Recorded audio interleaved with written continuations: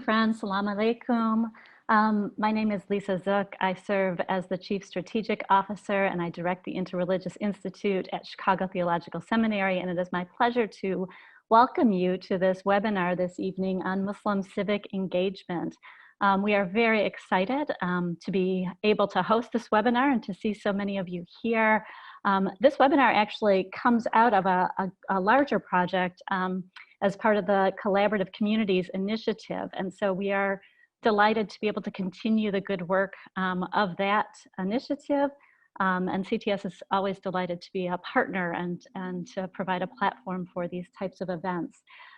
Before I turn it over to our facilitator and host for the evening, I just thought it would be helpful to go over a few Zoom best practices as we have a lot of people joining us this evening. So the first thing to always remember is if you're not speaking, if you can please keep yourself muted. Everyone should have come into the room already on mute, but if you have a comment to make at some point in the evening, please remember to mute yourself when you're finished speaking. It really helps to cut down on background noise so that we can all really listen clearly to our wonderful speakers. And speaking of that, if you're not a Zoom pro, in the upper right-hand corner of your screen, you can choose to either have speaker view or gallery view. Gallery view gives you a whole bunch of little faces, several pages of them. The speaker view gives you the speaker's face much larger, and sometimes, especially when people are facilitating and speaking, it can be really nice to be able to really see the person's face up close so you can see their expressions and just follow along a little bit better. But however you choose, just know that you have both those options. In the bottom center of your screen, you'll see a little speech bubble with the word chat underneath it. And I encourage everyone to open up the chat. If you click on that, it'll open a chat window on the right side of your screen. Please feel free to use the chat throughout the evening to add comments, to post questions, even in a moment. Certainly to say hi to friends. You'll notice at the bottom, you can either message the whole group or you can reach out to people individually. So if you see a friend on here that you'd like to say hi to, you have that ability.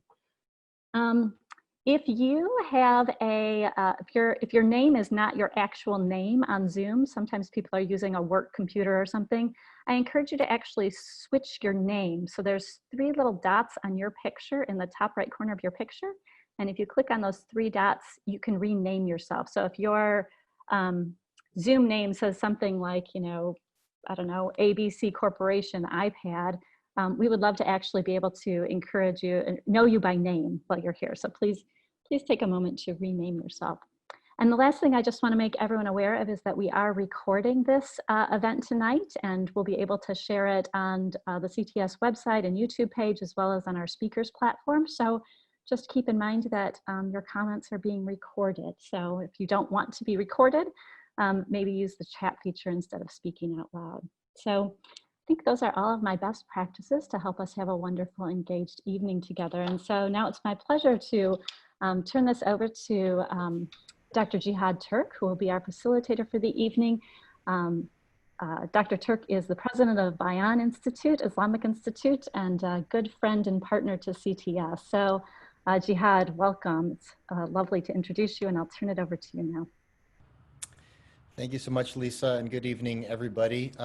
I am just Jihad Turk for right now. I'm pursuing my doctoral degree, which I began in 2000. I had a hiatus, I'm back to it. So hopefully I'll be Dr. Turk sometime in the next few years, but right now I am just Jihad Turk, your humble facilitator and MC for this evening. I am very honored to be facilitating conversation on this topic at this time because it's extremely timely, and this is an important moment for our country, and we have a wonderful lineup of panelists. But I want to begin, given that we're seated at Chicago Theological Seminary, and that I am also as a co-host of the event with Bayan Islamic Graduate School, I think it would be appropriate for us to begin with a small prayer, and let us remember our Lord, who created us and sustains us. We ask that you, who has placed us with these capacities in this time and place, endow us with wisdom, with courage, so that we may manifest your beauty in our interactions with one another and in our stewarding of this earth that you have put us in charge of. Accept from us our efforts, increase us in doing good, and forgive us our shortcomings and our faults, and unite us as across the human family in service of one another. Amen. Ameen. So let us begin, as we say in the Arabic, Bismillah ar-Rahman ar-Rahim, in the name of God, the most compassionate, the most merciful. I want to jump right into the speakers, and I'm going to introduce them one at a time.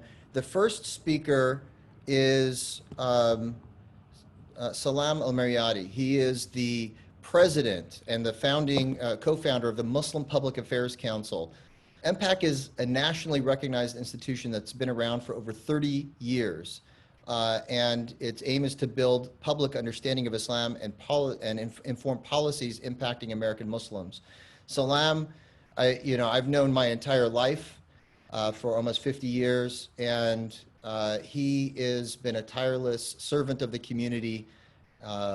And when he began this work back in the 80s, the landscape was very different. And so I wanted Salaam to speak to contextualize our context here of civic engagement within the Muslim community, to speak to that evolution and what things were like back then and where we are now, just to have a perspective of this topic from his vantage point, and also to speak a little bit about the imperative from a moral and religious point of view from within Islam.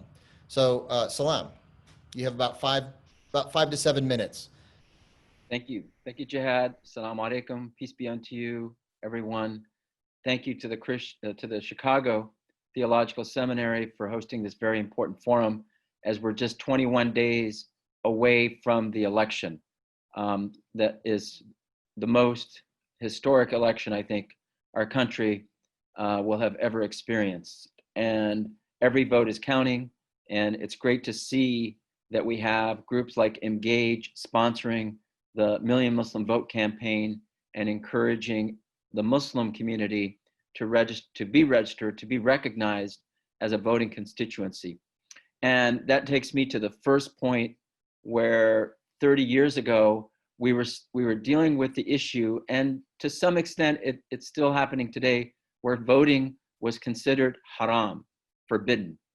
It was viewed by many people at that time that we cannot be part of a system that is sponsored by unbelievers. And since this is a government that was not Muslim and is still not Muslim, then we cannot participate in it. That was the theological narrative at that time. And we just said, no, we are Americans, we are American Muslims, we are already part of the system because we pay tax dollars, and we, with like-minded Christians, Jews, people of all faiths, people of no faiths, who work for justice, who work for mercy, who work for human dignity, who work for liberation and freedom, who work for the oppressed. We believe that this is the most important way to change the situation for our community and for the larger peace and justice community. So when we pay our taxes, we demand that those tax dollars are spent in the ways of justice, of mercy, of compassion, of human dignity. That means that participation is an Islamic mandate to us. I am part of the system. And when I pledge allegiance to the flag, and when I become a citizen of the United States, I'm not just making a promise to my fellow Americans and to this country, I'm making a promise to God. Because in Islam, any promise that you make has to be fulfilled, and God takes into account all promises. So this is the Islamic moral imperative.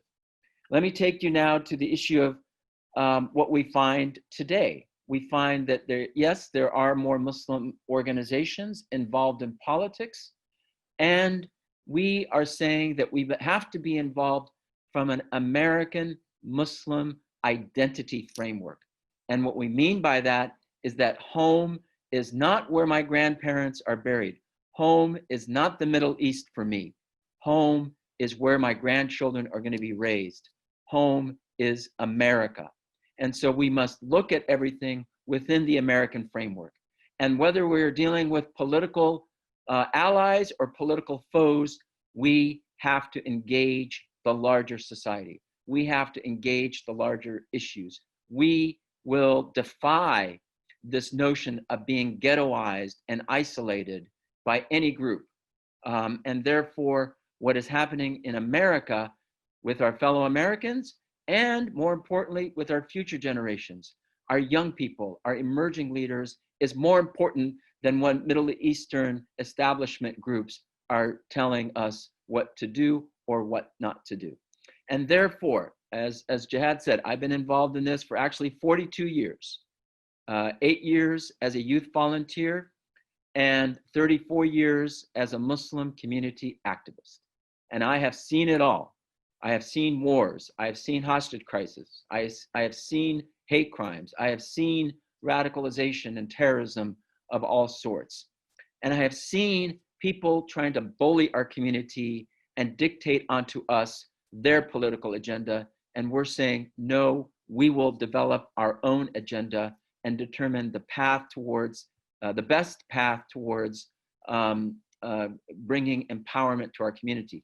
And therefore, emerging leaders that are involved in bringing us together and engaging with political leaders, like when Vice President Biden spoke to the Muslim community in a forum sponsored by Emgage that brought all organizations from MPAC to CARE to ISNA to Empower Change to ISPU to so many other groups. That is the space that we need to allow groups like that to operate so that they can deliver what is promised to our community, and that is empowerment.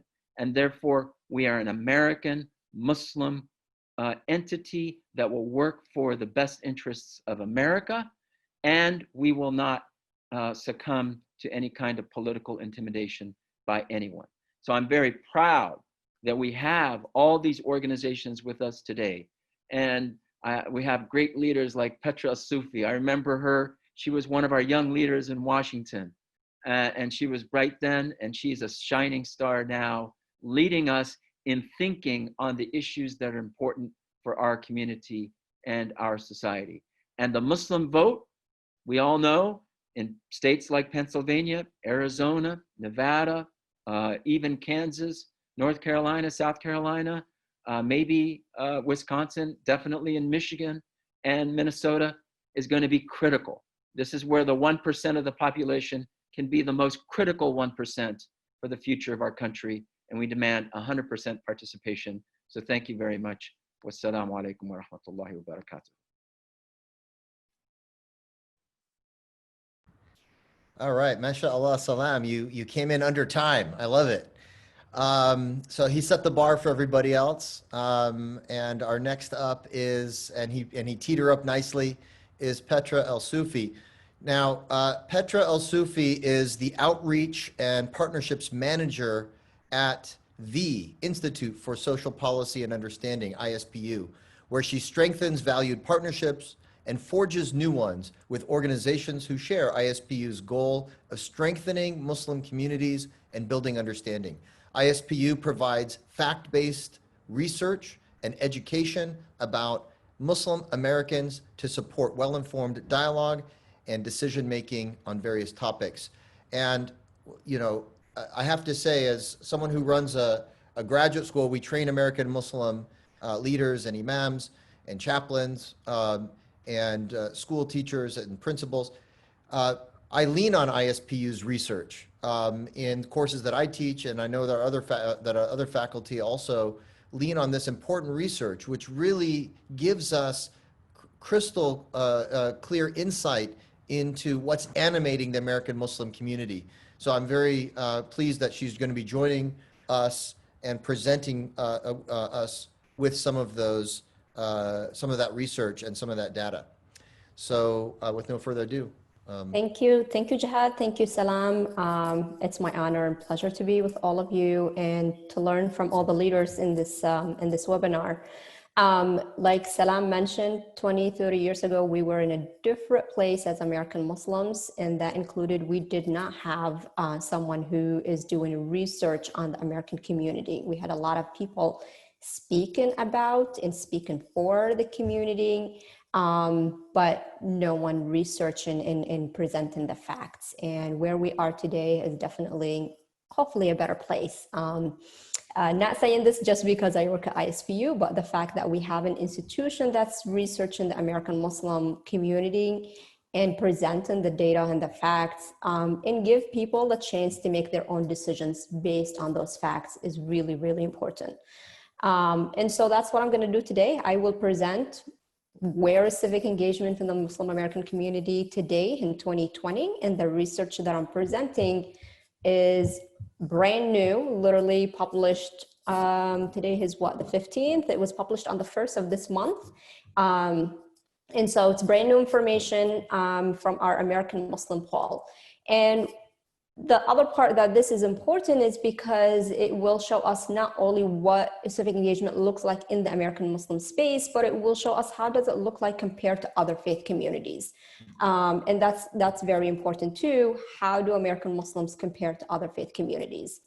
So you'll see here, American Muslim poll is a nationally representative survey of not only Muslims, but Jews, Protestants, white evangelicals, Catholics, and non-affiliates. And it covers a lot of topics, including civic engagement, but it includes obviously Islamophobia, discrimination, and other topics relevant to American Muslims that will be published later. If you're interested in the whole report, obviously go to ispu.org /poll, and you'll see not only poll 2020, but the last 4 polls before that. So what does the American Muslim community look like? First of all, it is the most ethnically diverse faith community. And this is really important when we're talking about issues that impact the community. American Muslims don't have one specific ethnic group that's the majority. We have 28% that are African American or Black, and that's the largest segment. The rest you'll see here is very different. And so what I like to say is that American Muslims look like America today, but more importantly, it looks like America in the future. Another important piece is that American Muslims also the youngest faith community. 23% of American Muslims are between the ages of 18 and 24. Important part is they're, old enough to vote, but it is a very young community. Okay, so what does civic engagement and political engagement look like again in 2020? Our findings show that we ask a lot of questions about satisfaction with the direction of the country, voter registration, voter participation. We ask about the president and how he's doing in his job as a president. And then what other activities beside registering to vote do American Muslims do? And so you'll see here that the American Muslims remain more satisfied with the general direction that the country is heading, more so than the general public. Although it's higher than previous years, the president's approval among American Muslims does still remain lower than other faith groups, and Muslims continue to make gains in voter registration. That's actually really, really good news in that category.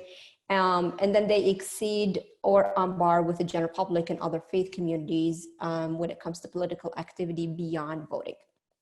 So we'll dive a little bit more into the data.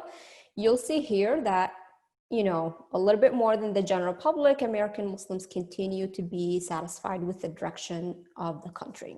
Okay, that's at 37%. The general public is 27%. It's also important to know that satisfaction is steady over the past 2 years, but it took a huge dip from 63% in 2016. Okay, so it's important to see the full picture. Muslim voter registration does lag behind other faith communities at 78%. The general public is 87%. However, it did improve tremendously over the last four years. So in 2016, American Muslims who were eligible or legally able to vote in the US but were not registered were 39% of the American Muslim voter bloc. 2020, we have cut that by half. And that speaks volume to the work that American Muslim organizations are doing in that space. The gap between those who say they will vote, but were not registered to vote or are registered to vote also have shrunk in the last few years. So that gap used to be 20% in 2016. Now it's only 3%. So the Inshallah voters have, decreased.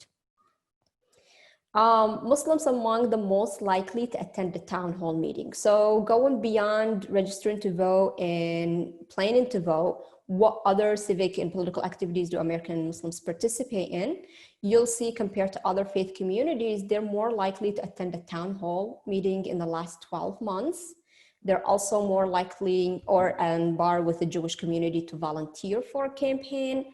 And they're on par with the general public in terms of campaign contributions. Now, the last three points, the percentage among all faith communities are not huge. We're still talking, less than 20 or 30%. But when we're comparing different faith communities, American Muslims are doing either on par or better than the general public or certain faith communities. All right, so how do they approve or disapprove of the job that President Trump is doing on his job as a president? We see here Muslim Americans, 30% of American Muslims approve of what the president is doing. That's way lower than the 70% that white evangelicals approval. It is also important to know, and that's why I wanted to mention the diversity of the community earlier, is not everyone equally approve. White Muslim Americans, just like white in the general public, are the ones who are approving of the president are a higher percentage than members of communities of color. And so when we look here, comparing Muslims to the general public, you'll see Black, Asian, Arab, and Hispanic are between 20 and 27%, whereas white Muslims and white in the general public are around 50%. It is important to mention, though, that approval did go up among all groups within the Muslim community between 2019 and 2020. Okay, some of the theories that we have around this polling was conducted in late March, early April. So right when COVID hit, the whole country was on lockdown. So there may be some rallying around the flag, kind of sentiment, but we looked a little bit more at, the makeup of those who support the president in his job performance. And so we looked at American Muslims compared to the general public. Those who identify as Republicans, obviously, approve more than those who don't. There's opposition to faith group building coalition with Black Lives Matter, which among the general American Muslim generally support building coalition with Black Lives Matter movement at a higher percentage than other faith communities. They also see the economy as the most important policy priority in this upcoming election. And so very similar characteristics to the general public. Other things are demographics. They identify as white, again, similar to the general public. And one point that was really interesting to us is that they score higher in the Islamophobia index, both in the general public and also among American Muslims. So they are more likely to endorse anti-Muslim tropes, both in the Muslim community and the general public. Things that didn't matter is income, age, education, whether they were born here or overseas, and religiosity. And then, of course, support for other coalition building. And then finally, I want to end with this piece here is what issues are really important to American Muslims when it comes to election time. This is from our 2017 polling. Again, just like the general public, economy and jobs are the #1 issue, followed by civil liberties and racism because of the issues that the community face, and then healthcare, education, and poverty. So I hope this gives us a good ground for conversation, and you could find out more about this on our website. Thank you. Thank you so much, Petra. And you know, I can't emphasize enough how useful the research that ISPU has done is for those who are civically engaged. And as we know, all politics are local. And so our next speaker is going to give us a little bit of a granular perspective from the Chicagoland area. Alia Hussein is the Voter Education Director at the Illinois Muslim Civic Coalition. The coalition is a partnership of hundreds of activists, influencers, and organizations with a mission to collaborate and amplify social and civic efforts towards an equitable and representative America. So without any further ado, Alia, you have 7 minutes. Good evening. Thank you so much for inviting us to this forum. If we can start sharing the slides, I'd love to go through them. I do also want to mention that at the Coalition, we are also a part of the Community Collaborative Initiative. And we are also partners with all of the organizations that are on this panel tonight, and we value all of you incredibly. So thank you for partnering with us.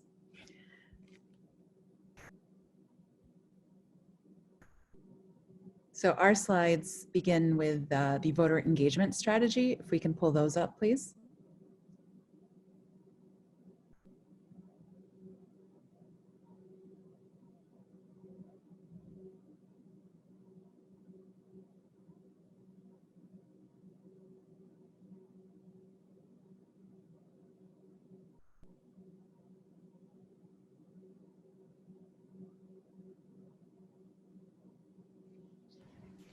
We'll give it a minute. I'm sure IT's on it. Feel free to you know, say a word while we're waiting for this. So basically, while the document is pulled up, I'd like to start sharing what our voter engagement strategy is. We have a defining document, which you will see in a few minutes, hopefully seconds. So our goal is to educate everyone, from residents who are non-citizens to those citizens who actually choose to pursue leadership roles within our civic society. And we establish that through a methodology. And that starts with the first step that we take, which is the importance of civic engagement and voting within our context. We go through quite a bit of effort to make sure our community realizes that civic engagement is a part of our lives, and it is a part of our duty as a Muslim to partake in the betterment of the community at large. We also promote voting by discussing the impact that our votes have. And we also share how it is that we vote, particularly in this COVID-19 world. We understand that there are many apprehensions that exist. So we are going through quite a bit of detail in regards to voting by mail, early voting, or even election day voting, so that our community is well informed and well engaged. We disseminate information on where to early vote. And we create innovative programs such as buses to the polls, where we actually offer to transport voters to early voting locations from our local community centers and mosques on select days and times.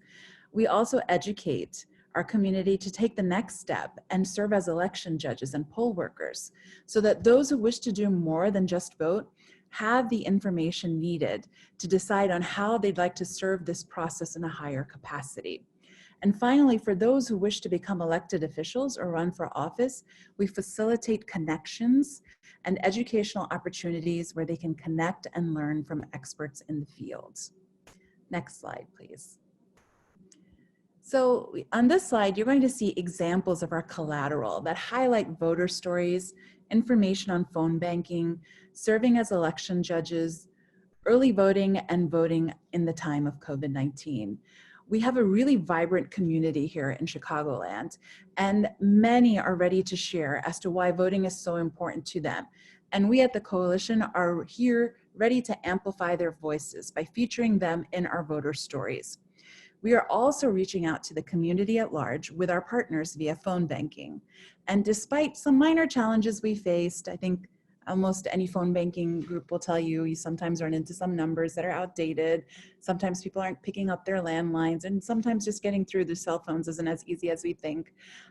we've continued to move forward, and we are committed to reaching as many people as possible before Election Day, not just to get out the vote, but also to campaign for our endorsees via our C4 branch, the Coalition Activate. Next slide, please. We are also very busy conducting events. I'm going to wait for the next slide to pop up. Thank you. So we have drive-through events, and our drive-through events aren't just average drive-through events. We partner with wonderful allies where we not only share information on voter registration, but we also share essentials like school backpacks and food donations within the vulnerable communities. You'll also see on this slide our phone banking underway, again, to encourage voting and reach as many people as possible and remind them of their civic obligations. Next slide, please. So here are some examples of collateral that was created that we share to encourage creating a voting plan. We share dates. We want our community to be regularly reminded of what needs to be done by when. And we also want to provide them with links to resources so that if they have any further questions, everything is at their fingertips. Next slide, please. Here's some more collateral on the different ways we can vote. I think we all understood that this year, being such a critical election year, and under the circumstances that we're in with the pandemic, voting by mail was really critical. And we are doing our best to make sure our community knows that this is a viable option, along with early voting and the election day voting. Next slide, please.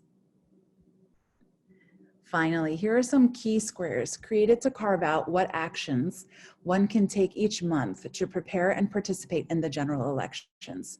Our goal is to simplify the information needed for our community and for our community to best understand the voting process and to ensure that they have it quickly and readily available. If they want resources, they should know they can tap into them, they should know that they can come to us, and they should know that we are always here for them. So I'm just going to leave by saying we all understand 2020 is a critical election year, and we may be witnessing the most important and historic election of our lifetimes. And we at the Coalition are diligently working to make sure that Muslims in Illinois are informed and engaged with our civic duty. Thank you.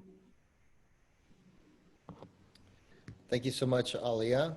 And here we started out with a historic point of view and also the moral imperative framing from Salaam.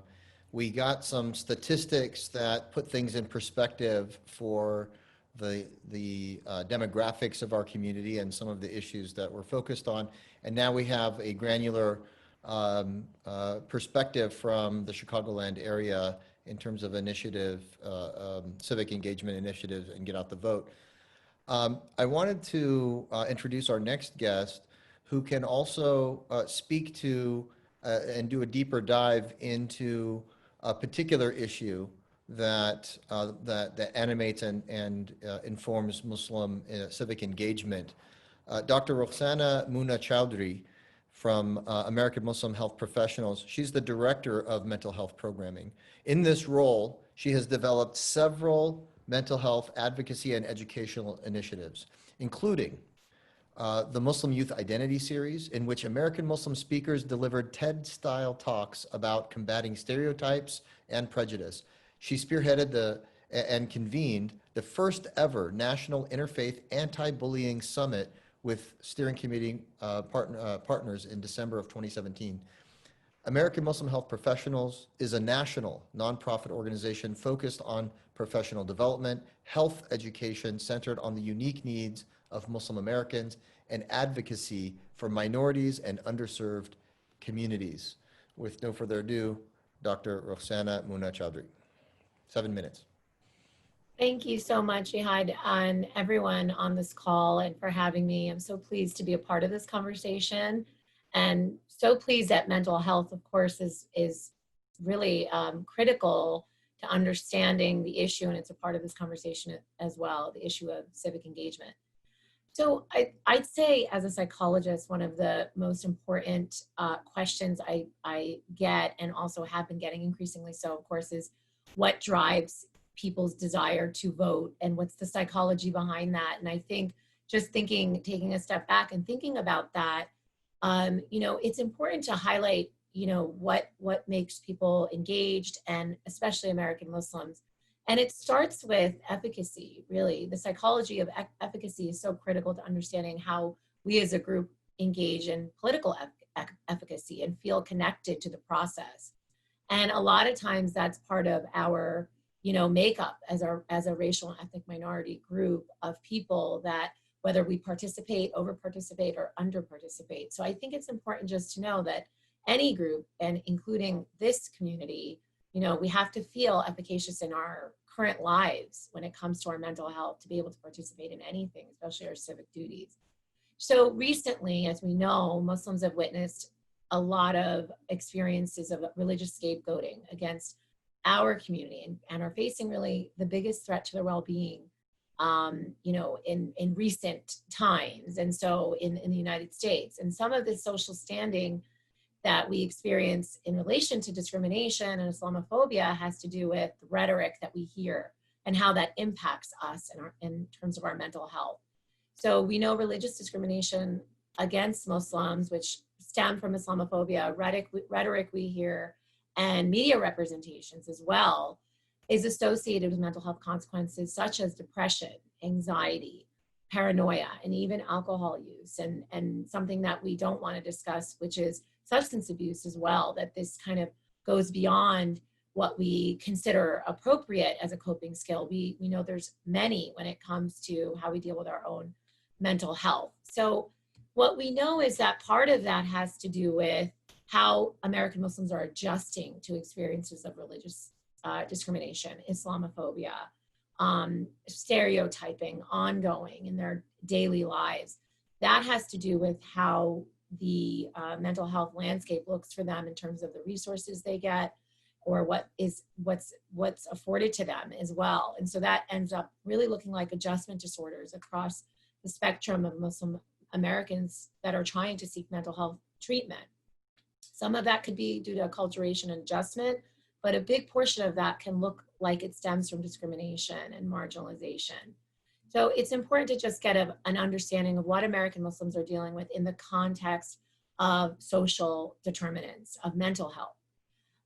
One statistic I hadn't heard yet, and I think it's an important piece of voting and being a part of this current election and being connected to it, is that in 2050, they are projecting that the American Muslim population will be more than 8 million people, surpassing, you know, other faiths and becoming really the second most common faith in the US. Why that's important is because if we're going to speak to our mental health, you know, ultimately that has to be understood as part of what's on the ballot for us this current upcoming election. You know, it's health and it's mental health. And so we come from this framework at AMP where if we are not civically engaged, we will lose in terms of our mental health and health if we don't understand the strong need to connect election consequences to it. And I think really it's been clear on the larger scale of the US election coming up. But when it comes to American Muslims, we really have to understand that connection. So overall, there's a strong need for research and a specific focus on understanding resources and applied programs for American Muslims in various communities across the US in mental health.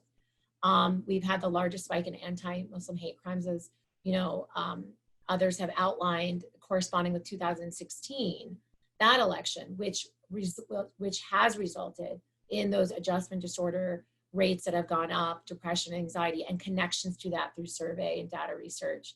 So interventions and involvement at the community level to have providers like mental health clinicians, researchers, understand how to combat Islamophobia from the perspective of a mental health professional, and as well to encourage American Muslims to seek treatment is critical to who we elect and who we put into office.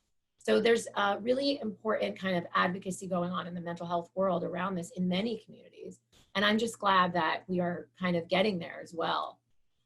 So other things to consider when we think about mental health and civic engagement is that a lot of people, again, they don't receive the help they need. So the critical aspect for mental health and American Muslims is improving our access and funding for mental health care. So how we identify who will be in office, as well as, you know, all across the country in different races, should have a direct connection to who is offering and making a change in terms of improving access for ethnic and religious minorities and considering American Muslims. We know that trauma is often connected to, you know, experiences of large-scale events that have to do with other large-scale events that have to do with Islamophobia and discrimination being a part of that conversation. And so we need to kind of increase access to community health for American Muslims, and various people who are part of this engagement process do discuss that. And so AMP is really focused on understanding who actually addresses American Muslims and their mental health in those various areas. So one of the things that we also really are focusing on and know that it's important for American Muslims to engage upon in order for them to receive services and kind of have leaders who speak to mental health is mental health parity. And that is on the ballot as well. And that is a huge factor for how we will drive American Muslims to kind of see that resources are possible outside of what they already know if they don't have mental health parity as part of the larger scale of insurance and experience of access to care that they, you know, might have now, but could be taken away or changed in some way and or is not improved upon. So this is the kind of experience that I wanted to speak to today. I think we can talk more in the discussion about what those factors of mental health and mental illness and mental health issues we're seeing in the American Muslim community if we want to dig deeper into that. So that's something that I wanted to just discuss for the beginning of the discussion. Very good. Thank you, Dr. Roxana. You know, mental health is sometimes taboo in American society in general, but particularly in the American Muslim community. And so we're so glad that you agreed to be on this panel and raise up some of those issues. One of the courses that we teach at Bayan is a course taught by Dr. Hamada Hamid from Yale, who's a psychiatrist, and he teaches imams how to be a first line responders to young people who are facing mental health challenges and overcome the taboo to escalate it to a mental health professional and not just try and quote Quran and Hadith at people who are suffering in this regard. So I appreciate the work that you and AMP are doing in this regard, both within the Muslim community and also in advocating for our civic participation.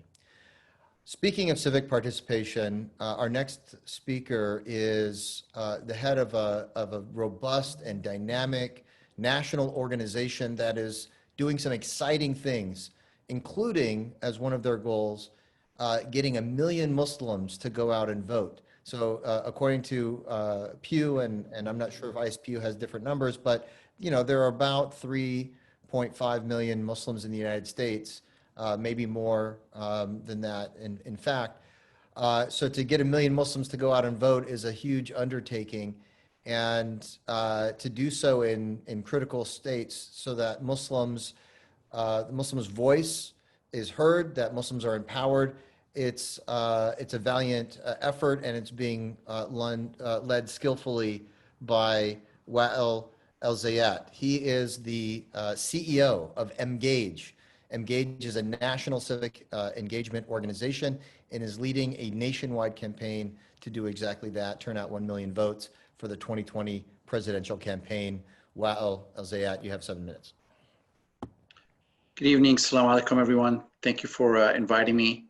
Wonderful to see many partners and allies here, our friends at ISPU, at ILMCC, at MPAC, are good partners of ours on many of these endeavors. Jihad, you are as well, and your organization, Bayan Claremont.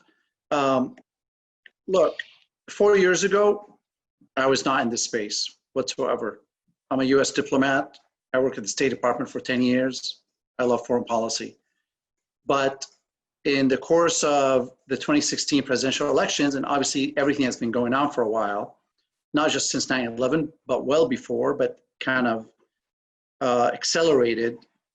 gave me great concerns regarding the health of our democracy and the manner by which ethnic and religious minorities were being targeted by politicians and some in the media and being rewarded for it. So Donald Trump got elected because he called for a Muslim ban. That's what happened. Rush Limbaugh and others like him got multi-million-dollar deals because they demonized our community. Others like them did the same, and obviously Trump has as well, the Hispanics, African Americans, the disabled, LGBTQ community. It was becoming acceptable for you to be rewarded at the ballot box by otherizing and demonizing other Muslims. And so I left that career because I felt that our own house here was burning. And part of the solution, it is not the only solution. There's many ways to address this issue. And all of you and others are playing this role. But the victim communities, the targeted communities have to become strong enough that there's a consequence for this behavior and these strategies, right? As Muslim Americans, it is not good enough that we have partners who want to defend us or do well by us. We have to be strong enough to make it beneficial for elected officials to partner with us and to take our views seriously, but a minimum for there to be a consequence at the ballot box. And to this day, there has not been such a consequence. And so what Emgage does, it connects three things together under one roof. We work really hard to get Muslims to vote regularly. We like them to vote for certain candidates, but we just want them to vote because we want to assure the political establishment that this community will vote, and it's located in some important areas.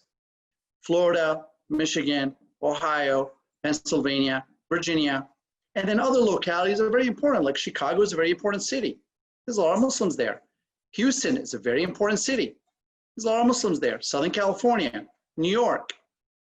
And so our focus goes beyond just the voter registration. We do that, but we've actually moved away a little bit from that. There's plenty of folks doing voter registration, and that's great.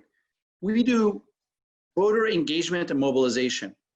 And with folks like Dilara and her organization, who do it very well, we like to work with partners across the country to make sure that Muslims or likely Muslim voters hear from us.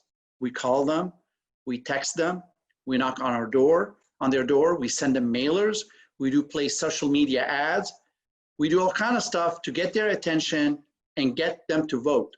And then what we do after the elections is we look at the voter data and we like to tell the story about how they did.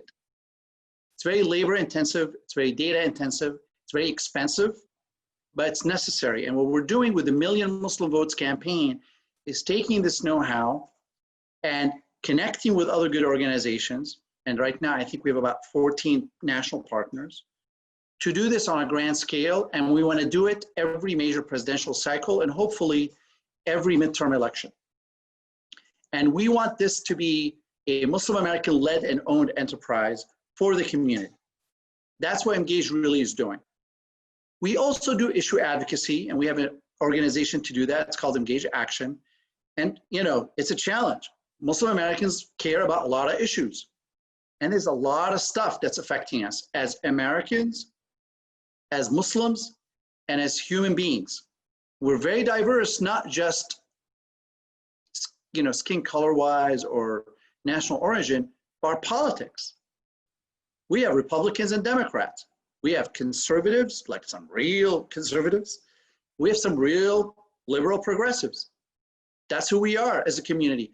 We have business owners and we have laborers. We have highly educated folks and we have people who did not finish, don't have a high school degree. And that's okay.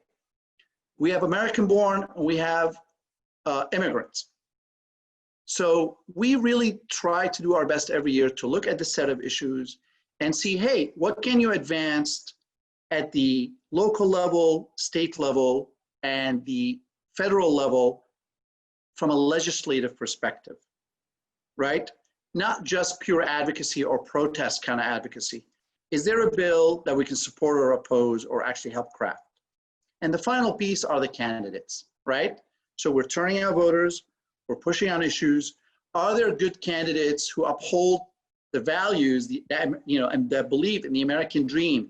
We're all equal under the law, that religious liberty and freedom is not just for one religious group or one just ethnic group. It's for all of us. If the answer is yes, we're likely going to support them, irrespective of their religion or generally where they stand on only one issue. Though there are some red lines for the community that are very important to us: Islamophobia, the Muslim ban, freedom for Muslims abroad. We have to be very careful about these issues because they matter to all of us, even if we don't identify directly with, let's say, a Syrian or a Kashmir or a Palestinian. There's universal values that we want to uphold. And, as such, it's resonating with the community. It turns out that if you show progress, you approach your work professionally and in a pragmatic way, people like it. And it's changing the culture of civic engagement. And a lot of organizations now are really stepping up in a very mature way to do their part to get the community out to vote, to engage properly on issues, and to support candidates. And the Million Muslim Votes campaign for us is not about Trump or Biden. Though we want somebody to win, but it's not about them. It's about finally proving that this community votes, that vote does matter. And I can assure you, Republicans and Democrats are going to look at the post-election reporting.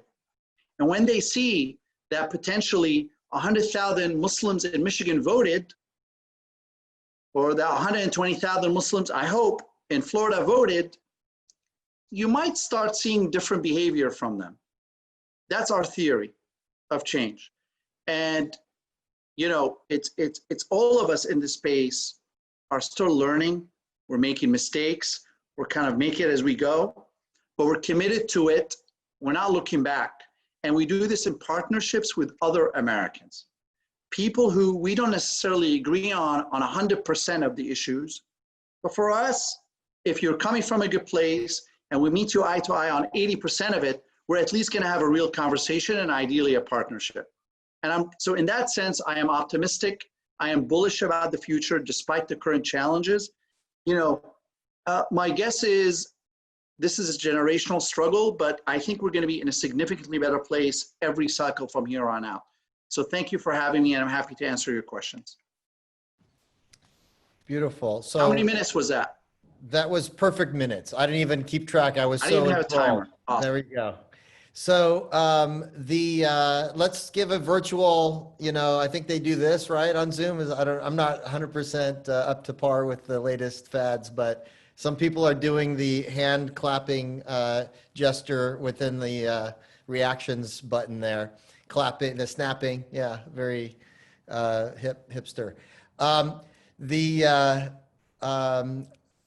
I want to turn it over to question and answer from the participants here, and we have a good number.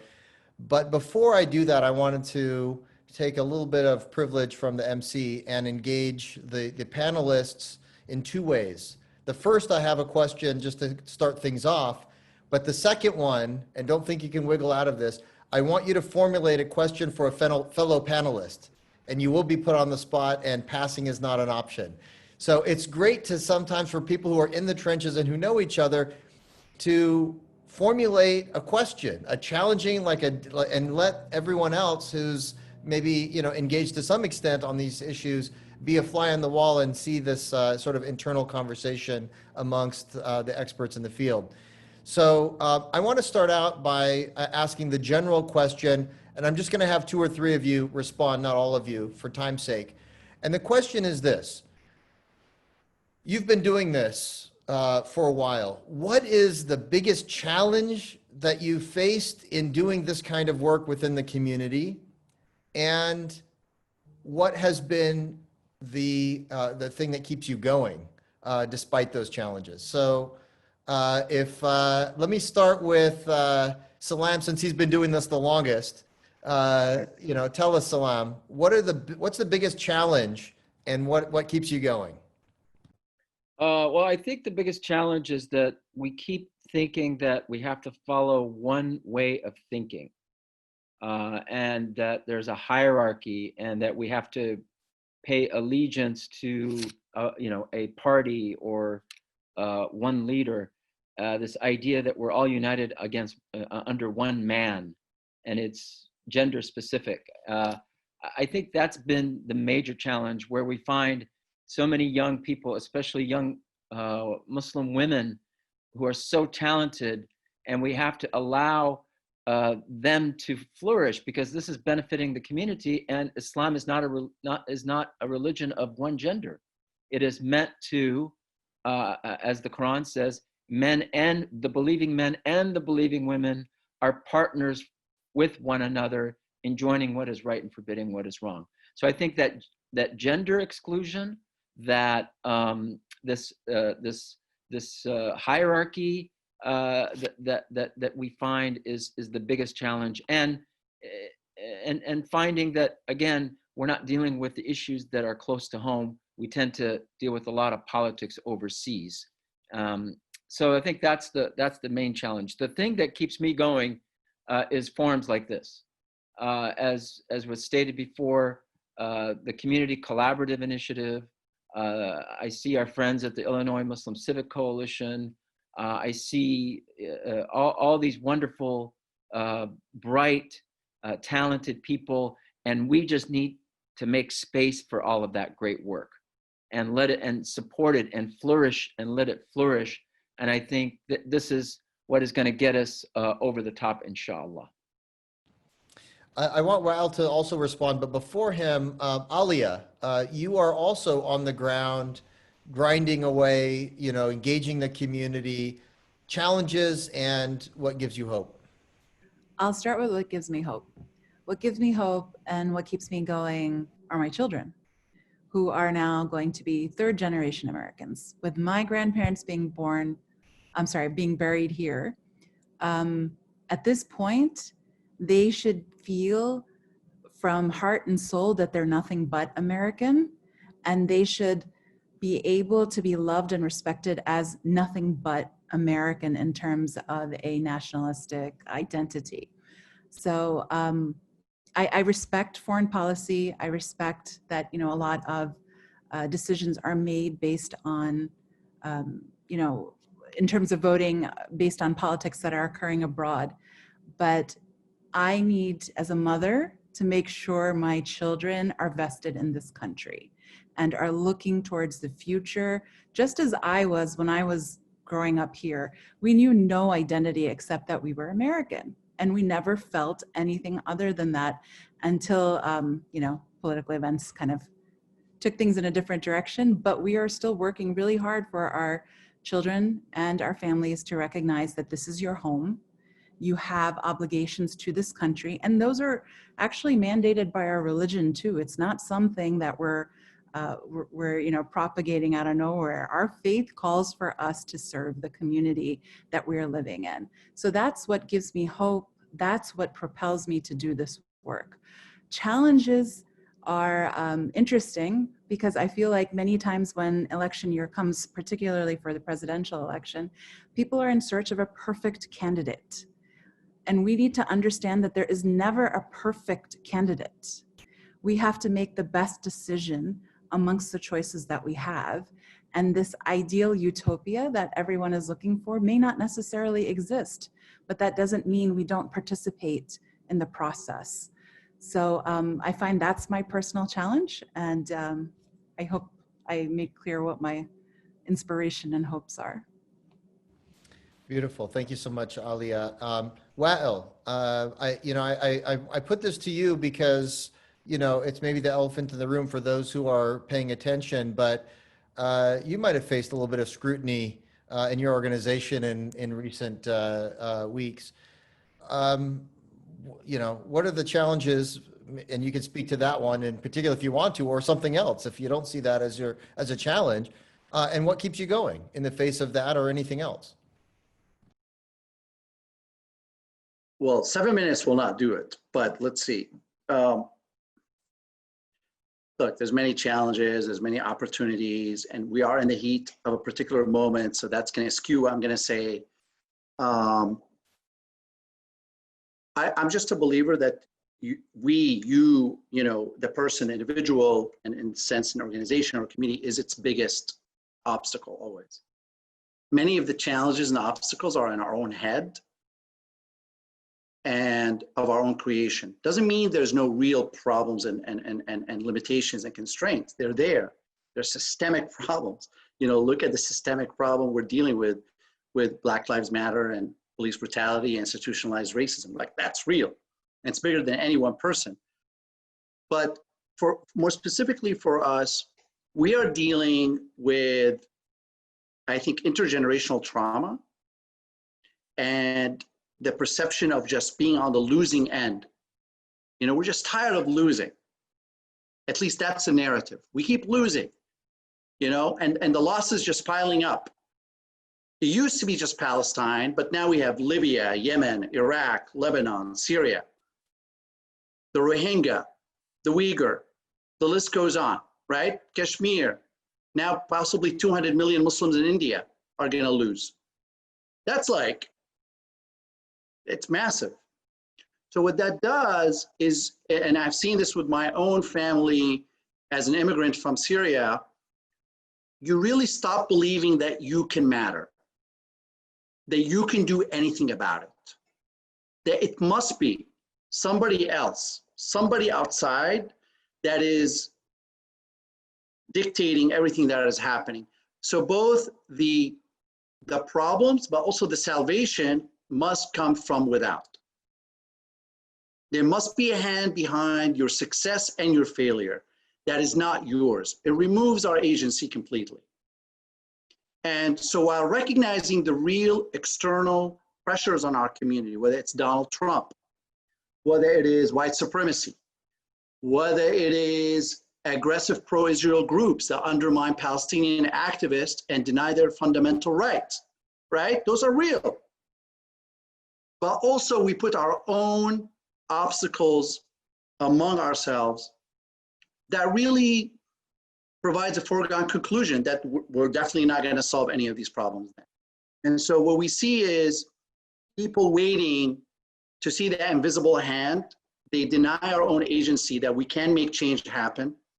They insist on purity on every issue at the same time to the exclusion of movement on any issue, right? Now, and also unfortunately, our community also is still in many ways, in some circles, led by people who, I was born and raised in Syria, but thankfully I moved here when I was 13. We have folks who really have come of age in other parts of the world whereby they're dealing with a secret police state. They're dealing with being hunted for their views and their religious belief. And they bring that kind of underground siege mentality here. And they really doubt the intentions of each other and people outside of the community. That we must behave as an underground insurgent movement trying to protect ourselves from the dictators. Well, we're not quite there. We're in America. We have our many ugly warts. We have our horrible legacies and mistakes, but we're here for a reason, because we are significantly better than almost anywhere else in the world. Anywhere else in the world. I didn't say everyone, and it depends. You want better healthcare? Go to Canada. You want like better cheese? Go to France. But overall, all in all, I really would rather be nowhere else. I want to be here. This is the place for me. And this is the place for many of us, I suspect.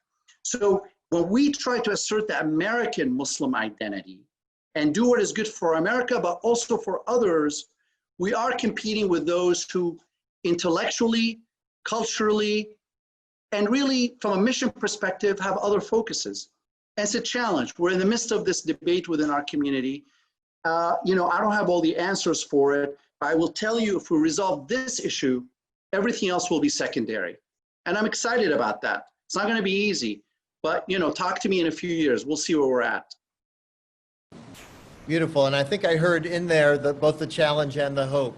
The way that you painted the picture of why you're so proud to be an American and are civically engaged, I think, conveyed what it is that animates you and keeps you going. So now it's that time where you're going to ask each other questions. And I know, Petra, you guys usually have all the answers at ISPU, but now's your time to have a question for one of your co-panelists. And so I'm going to put you on the spot first. Feel free to ask anybody, you know, from your fellow panelists a question before we get to the question answers from the group. We're going to go around to each of you with this opportunity. I'm usually the one with a lot of questions, but this one is kind of getting at me.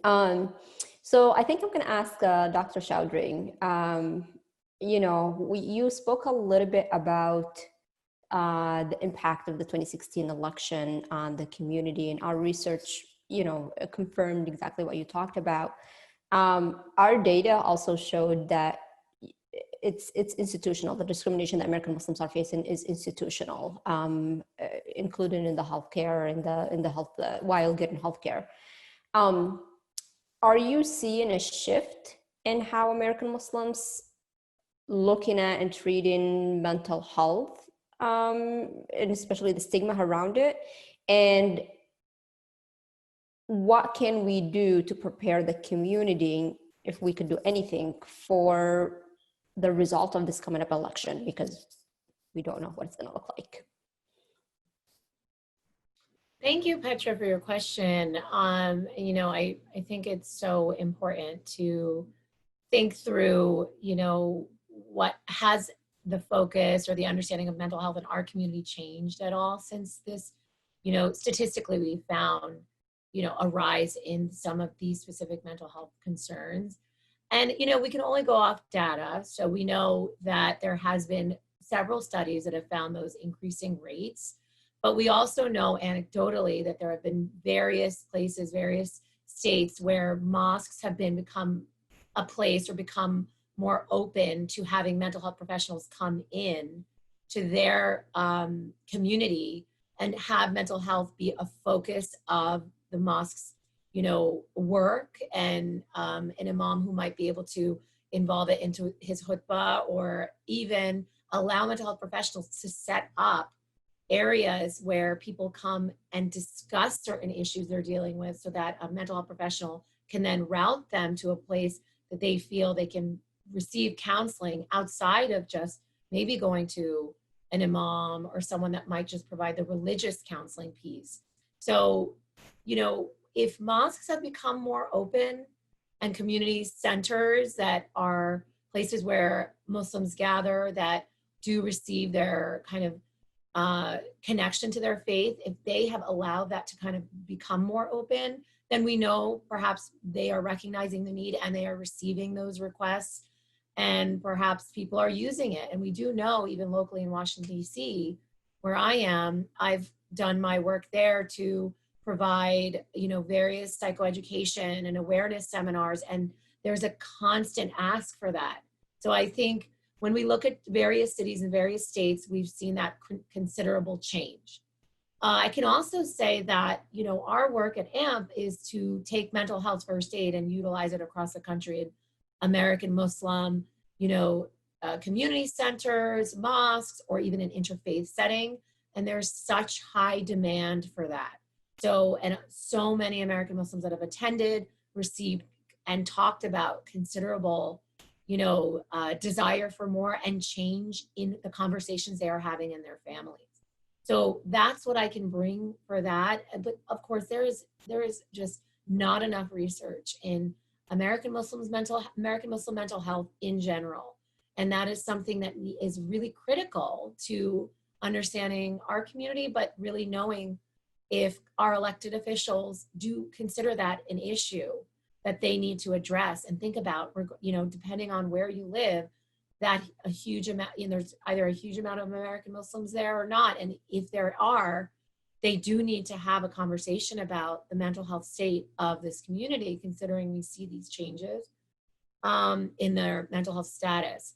The other question, I think, was about, I think the first, can you repeat the second part of it? What can we do as a community just to prep for the results of the upcoming election in terms of, you know, taking care of ourselves? Yes, and I think that goes back to Jihad's question about hope. And, you know, it feels futile. A lot of the psychological research found across America, the with increasing social inequities and just understanding and visibly seeing the inequity in society, COVID-19, ongoing discrimination, and recognizing the disparities in health is really, you know, sort of fueling this lack of hope for Americans overall. So that absolutely would apply to our community. And, you know, one thing we think about as a psychologist and in mental health is when you have so much that is out of your control, the most critical thing you can do to restore hope, and this has to do with the trauma experience and resiliency, a lot of people are probably familiar with that, and intergenerational issues, is focusing on what you can control. That is a key piece to getting back that hope. And so when people are working towards this election or after, as American Muslims, that is the kind of push and need for us to recognize that our involvement in our community on various issues that impact our family members, our friends, and the place that we live has to do with what you can be efficacious with, what you can control. So that is one of the most important things that we can kind of take away from this election and kind of what we will do after.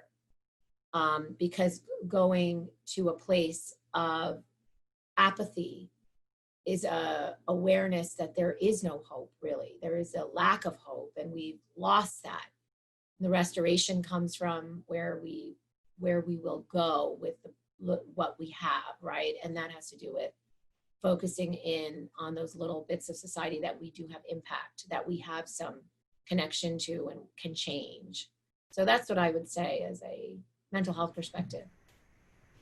It reminds me of one of the sayings that my mentor, the late Dr. Maher Hathout, used to say, who was a medical health professional.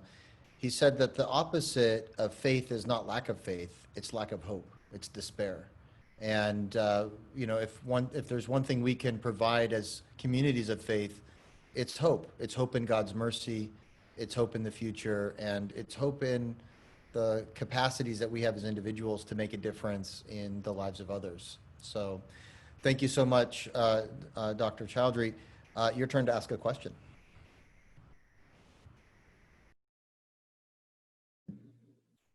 So I would like to, I think Wael is still on the, okay, I wanted to see his Zoom there. I would like to ask Wael, what would you see as the largest, and you might have spoken to this at some level, but what is the biggest obstacle that you see for American Muslims, or the reason why American Muslims may not participate in voting or their civic, you know, or just being civically engaged? So, and I think ISPU has done some good looks into that, just from where we're sitting, and let's look at this election. Folks believing that, there's no difference. Ultimately, Trump, Biden, it's going to be the same. People really believe that. And what animates us is when we see misinformation or disinformation out there that's supporting these kind of narratives. And we spend a lot of efforts and money on saying, hey, Biden is not perfect on all of this, or Trump is not horrible on all of this, but here's where they stand on the issues. And just go make your own informed decision. So we do fear that folks believing that there's no difference, especially in some cases for folks who are just focused on one issue, or like one issue voters, they might be right in some cases, There might be not a big difference on your one issue between Trump and Biden. It may not be. And I would even say Trump may be better for you on a particular issue if you're a single issue voter. But what happens to folks is when they have that kind of no excitement about the candidates or feeling hopelessness that, oh, neither one of them is going to be good on my issue, they'll stay home. Because that's importance, that civic duty, sense of civic duty has not really kicked in. It's not part of their culture yet. It is for an increasing number of voters, but not for everyone. And it seems that our community has a larger percentage of those people who don't feel that no matter what, got to get out there and vote. And also, we are concerned about COVID, obviously, with stories about long lines. And, if it's happening and the weather is bad and, you're hearing about certain states making it harder for people to actually vote and polling hours and all that, we're concerned about this. Though voting by mail for most folks, I think hopefully is going to help that.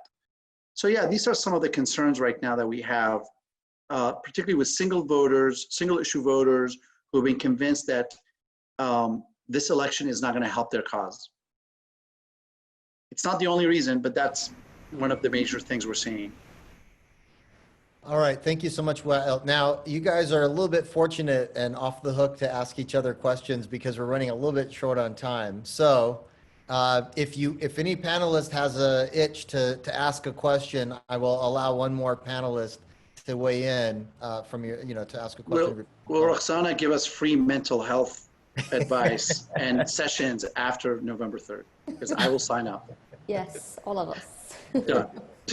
Well, I know there will be a lot of people that will need it. That's my so we'll question. probably get a coalition together.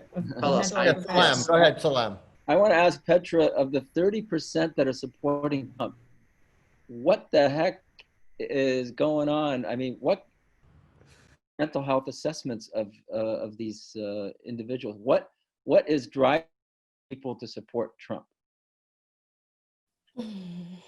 Yeah. I mean, that's something we should really look into and understand more. Yeah, so we did, it's a good question. I mean, I think to Wael's earlier point, we have to admit just there is the diversity of the community. We can't just say, and that diversity include people who just don't see what the majority are seeing, So when we looked at the data, I think I talked about it a little bit. I think demographic really mattered a lot, and ISPU is trying to do more work on, okay, so what does it mean to be white, who are white Muslims? So that's something that we're going to be exploring even more, just to see if there's more to the story there. But people who saw the economy, they think the economy, so just like in the general public, they think the economy is important to them, and they're probably not impacted by the policies that some of us are impacted by. Yeah, and that's all I could say, just beside what the data showed. I mean, as a Yemeni American, so I come from the Yemeni American community, and in the last few weeks, I started seeing some Yemeni American merchants who are calling for pro-Trump. And so how do you explain that? I have no idea, considering that Yemen is on the Muslim ban list, the war, like you could list every single issue that's impacting the American Muslim community, and Yemenis will probably be one of the most impacted, and yet we still have some who are calling for support for President Trump. Again, the numbers are not huge, but still, I think it's important for us to recognize and realize that the work that we're doing, or the work that activist organizations, everyone is trying to do, it's not going to be impacting everyone equally. So that's something that we have to be mindful of. We can't just rely and say, oh, all Muslims are going to get out, and they're going to get out in the same way. So that's something that I had to kind of, to realize. I think we'll have to do a lot of work after the election and see what's up. I don't know. Thank you, Petra. And again, thanks. Before we're going to go up to question and answer now, we only have a few minutes left. I'm going to lean on Lisa Zook from Chicago Theological Seminary. Again, Chicago Theological Seminary, as I understand, 160-year-old institution, oldest graduate school in the city of Chicago, and has been on the right side of history in terms of social justice involvement and civic engagement for a very long time. We're very grateful for you hosting this kind of internal conversation within the American Muslim community at this crucial time. Thank you for your moral courage, your leadership, your engagement with the community. Lisa, if you could help us engage some of the participants in questions that they may have for our panelists. Thanks, Jihad. Sure. There's a question in the chat from Yasmin. Can the panelists speak about the challenges in doing political advocacy work when the litmus test on their credibility continues to be their perceived stance and or alliances vis-a-vis foreign policy issues? Great question. So throwing it up to the panelists, so anyone who wants to jump in on that. Well, I mean, one of the things that we have to understand is that our challengers in our work, religious front, are pro-Israel hardliners and evangelicals who are also, for lack of a better term, hardliners on the issue of Christian. They call it Christianophobia. There's this notion that Christians are being persecuted throughout the Muslim world. They're Christian, not looking at the total picture, not being very comprehensive. And I think, this is a form of Christian nationalism. So I think those two groups in particular present many of the obstacles for us as we deal with some of our issues as American Muslims. And sometimes it's not just a foreign policy, it seeps into domestic affairs, like our textbooks, like mosques, like, what do I believe as an American Muslim? And so the issues of jihad and Sharia and the caliphate come over again, and they ask you these questions as if it's an inquisition. And the way to overcome that, I believe, is to control that narrative, to bring the classical Islamic mainstream interpretation of these terms, and to do away with any kind of extremist nomenclature around these terms, number one. And number two, I think there needs to be support for us in dealing with these people continue to exclude us from the political arena. I think while I can tell you, for people in the State Department, the kind of litmus test that is applied on Muslims who want to work in the State Department, there still is not a high level, policy level appointment of an American Muslim in the State Department coming from our community. The Justice Department, the same in the Pentagon, the same in the White House. So a lot of these is because of these litmus tests that are applied on us. And therefore, when you go to Washington, you at least have a policy position on these foreign policy issues. And that's not to say that that is the only issue for us, but it's still a critical issue in terms of political engagement. Beautiful. We're almost out of time, and I think it was Lisa or Kim that was suggesting that we play a short video at the end of, get out to vote. But before that, Lisa, if there are a number of other questions that maybe you can consolidate and present to at least one panelist in conclusion, maybe Sure. we can go there. Sure. So maybe I'll make this our final question. And first of all, let me just say thank you to everyone. This is a wonderful, rich discussion with so many takeaways. So I'm just so grateful to be a part of it. But I'm going to pose this last question, and I think Ali, I'm gonna pose this to you first, but of course others can chime in. But the question is from someone who says, I'm deeply concerned about voter suppression, particularly for those who vote in person in swing states or precincts, and may be targeted by so-called poll watchers who intimidate voters who are targeted and identified through visual cues. For example, Black and brown people, and in the case of Muslim Americans, women wearing hijab as an example. First of all, is this a concern? And second of all, maybe more importantly, what can we do? So I can only speak towards Illinois, because obviously that's where we are, and that's where my work is. Up to this point, that hasn't been something that has been put on our radar. But if you do look at other states, because obviously we're in touch with individuals who live in swing states, and this is a concern. I have family, for example, on the East Coast, in New Jersey and Pennsylvania, to be specific. And I had friends and family share stories of New Jersey, where militia is standing outside the early voting stations. Are they concerned? Absolutely. I wish there was an answer that we could give that could provide complete comfort and solace.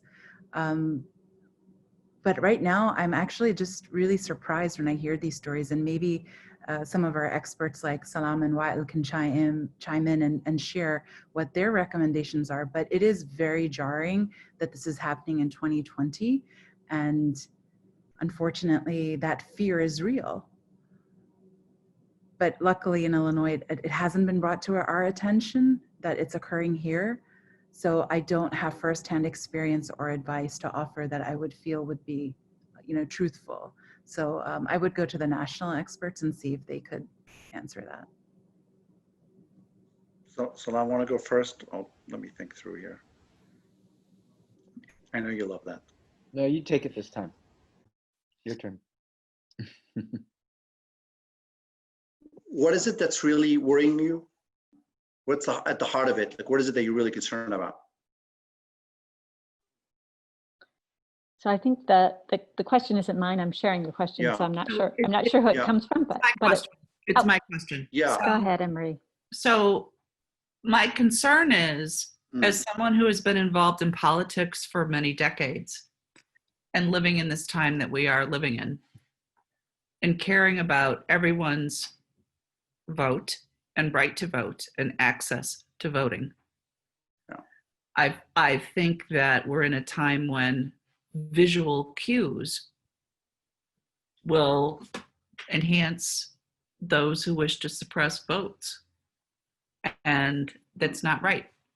And it's abhorrent. And I just wanted your perspective. Yeah. I think that there's two forms of voter suppression. There's overt and there's kind of the indirect. The indirect has been going on and it's only been increasing in terms of, shutting down, voting locations, especially in minority areas, in rejecting voter registrations of Black voters. Like Georgia was just horrific in the last cycle. That's been going on. Gerrymandering is voter suppression. So those are some big issues that are ongoing. There are efforts to curb them, but we're nowhere near where we need to be. There is, though, the overt one, you're hearing about militia members showing up close to where people are voting. And I mean, I'm like, wait a minute, am I in Syria? Like, what's happening here? If you don't vote for our great leader, like, we're gonna do what? That's a real problem. And to me, that falls right back on the local and state authorities that allow this to happen, especially when you have armed people. Yeah. And this ties to our gun pandemic that we've been dealing with. Look what happened in Michigan, for example, with these threats on the governor there. Yeah. I still don't think anybody called them terrorists yet.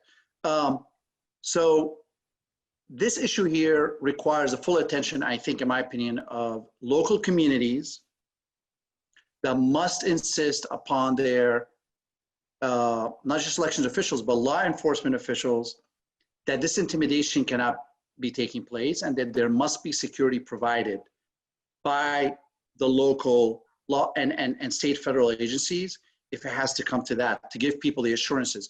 I don't think, though, unfortunately, in some corners of this country, you're gonna have elected officials, Republican elected officials, and their law enforcement agencies giving tacit approval to these practices. I mean, that's what we're dealing with here.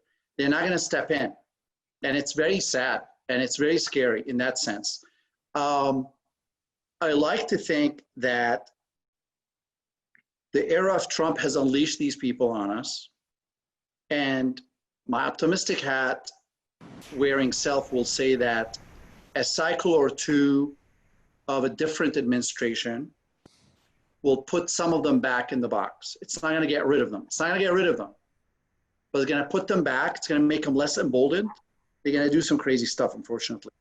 But it's not gonna be so much in the open, and hopefully we can use the next 4 to 8 years to put in place some more solutions that address both the gun violence piece, the way these militias operate in the open, more hate crime legislation that will actually vet some real punishment, and some public education that begins at the top with new leaders. It's not going to solve all of it, and I am concerned. But I think it's also, I mean, to be honest, it's really an election issue. I mean, as Wallace said, if Trump is elected, there's going to be more enabling of these groups. I think before Trump, there was a concerted effort by federal law enforcement to clamp down on these groups. And with the Biden administration, I think the same thing will happen. Although even under Trump, I worked on a task force with the Department of Homeland Security that really produced that policy paper saying that white supremacist terrorism is a national security threat. And more officials in the cabinet were adopting that stand. So it is going to be an issue for the foreseeable future. I think we have to partner with federal law enforcement and demand that they take action against these groups, especially when it comes to gun violence and these militias. Yeah. Yeah, if these guys can't carry these high caliber guns and whatever, they can stand. Like they want to, you know, they want to bring their nunchucks, I'll bring back, you know, I'll bring my nunchucks. So that's the issue. When you have these guns involved, it's a completely different conversation. All right. Well, on that Optimistic note, I'm going to go ahead and ask that Lisa put the link for the video in the chat box, and anyone who wants to click on it can do so and benefit from that well-produced why I'm voting video. But let's go ahead then and draw it to a close. I'm actually going to ask Alia, if you wouldn't mind, to, on the spot, she's like looking at me with big eyes, like, what am I going to be asked to do? To exert some spiritual leadership here and close us with a dua and send everybody off into their evening with their families. Unmute yourself, Alia. Okay. So I'm totally caught off guard, but per your request, we'll honor it. First and foremost, bow our heads, and we thank God Almighty for allowing us to live in a time where we may be the agents of change, and we ask for His support in doing all that is good and bringing forward what is right and being the vehicles of positive change. We ask that He bless our efforts.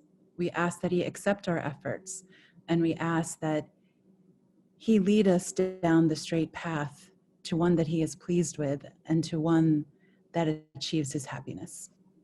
Amen. Amen. Thank you, everybody. Thank you. And once again, round of applause to our panelists. And also much gratitude to our hosts and co-sponsors for this event. And I bid you all a good evening and a peace, as we say in the Arabic. Assalamu alaikum wa rahmatullahi wa barakatuh. Assalamu alaikum.